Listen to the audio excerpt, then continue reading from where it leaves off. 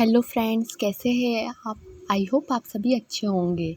चलिए आज की स्टोरी शुरू करते हैं। पैसे से हम पति पत्नी दोनों वकील हैं। पिछले साल ही शादी हुई है। 2 दिन पहले इत्तेफाक से हम दोनों के पास एक तलाक का केस आया और इत्तेफाक से ये केस मालिनी के पास उस जोड़े की तरफ से पति का केस है और मेरे पास उसकी पत्नी का केस। स्टडी में मैंने पाया कि दोनों शादी के 10 साल हो गए, 2 बच्चे हैं, पति का खुद का बिजनेस है, पत्नी हाउसवाइफ है। पति काम के सिलसिले में इधर उधर कुछ सालों से बाहर ज़्यादा रहता है। घर में पत्नी अब सोशल मीडिया पर ज़्यादा एक्टिव रहती है। कुछ मेल फ्रेंड भी बन गए हैं। दोनों एक दूसरे पर शक करते हैं। दोनों में अब बहुत ज़्यादा लड़ाइयाँ होना शुरू हो गई है। दोनों ही साथ नहीं रहना चाहते और किसी भी तरह तलाक लेना चाहते हैं, पर बच्चों को दोनों अपने साथ रखना चाहते हैं।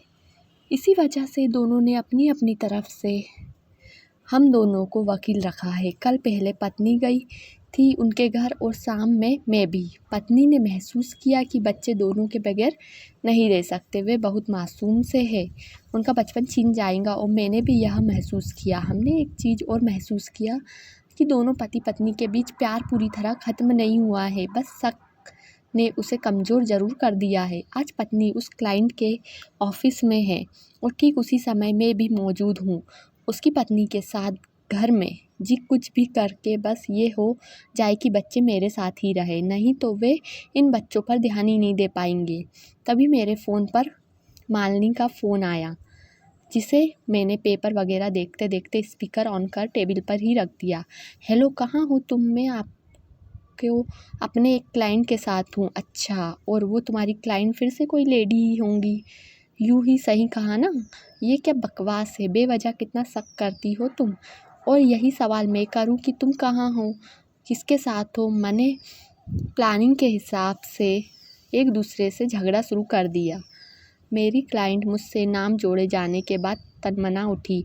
गुस्से में मेरी क्लाइंट ने मालिनी को कहा, देखिए ये सिर्फ मेरे केस के सिलसिले में मुझसे मिलने आए हैं, आप बेवजह शक कर रही है। तभी दूसरी तरफ से उसके पति मुझसे बोले, सुनिए मालिनी जी, एक सभ्य और सुलझी हुई महिला है, अपने पैसे की वजह से मेरे साथ मेरे ऑफिस में है और आप पति है। इसका मतलब ये नहीं कि आप अपनी पत्नी पर बेवजह शक करें। मेरे चेहरे पर मुस्कान खिल गई। बिल्कुल सही कहा गया सर आपने। फिर आप क्यों अपनी पत्नी पर शक करते हैं। उधर से मालिनी की आवाज़ आई, हाँ मैम, सर भी तो अपने काम और परिवार के लिए बाहर रहते हैं। मैंने देखा उनकी पत्नी की आंखों में प्रायश्चित के आंसू थे। वे सर झुकाए कुछ सोचने लगी। तभी दूसरी तरफ से आवाज़ आई, मधु मुझे माफ़ कर दो, मैंने बेवजह तुम्हारे तकलीफ़ दी। उनकी पत्नी ने टेबल पर रखे पेपर को फाड़ कर डस्टबिन में डाल दिया और अपने आंसू पोंछते हुए बोले जा रही थी, राज तुम भी मुझे माफ़ कर दो, मैं तुम्हारा त्याग को समझ ही नहीं पाई। दोनों मासूम बच्चे दूसरे कमरे में खेल रहे थे। मैं अपना बैग उठा ये सोचते हुए चलने को हुआ कि इस पैसे से पैसे तो हम आगे भी कमा लेंगे, पर इन बच्चों का बचपन बचा कर जो खुशियाँ कमाई हैं वो फिर शायद कभी ना कमा पाऊँ। दरवाजे पर ही था कि उनकी पत्नी की आवाज़ आई, सर आपकी बाकी की कुछ फ़ीस। मैंने पलट कर हंसते हुए कहा, इन बच्चों की खिलखिलाहट ही हमारी बाकी की फ़ीस है मैम।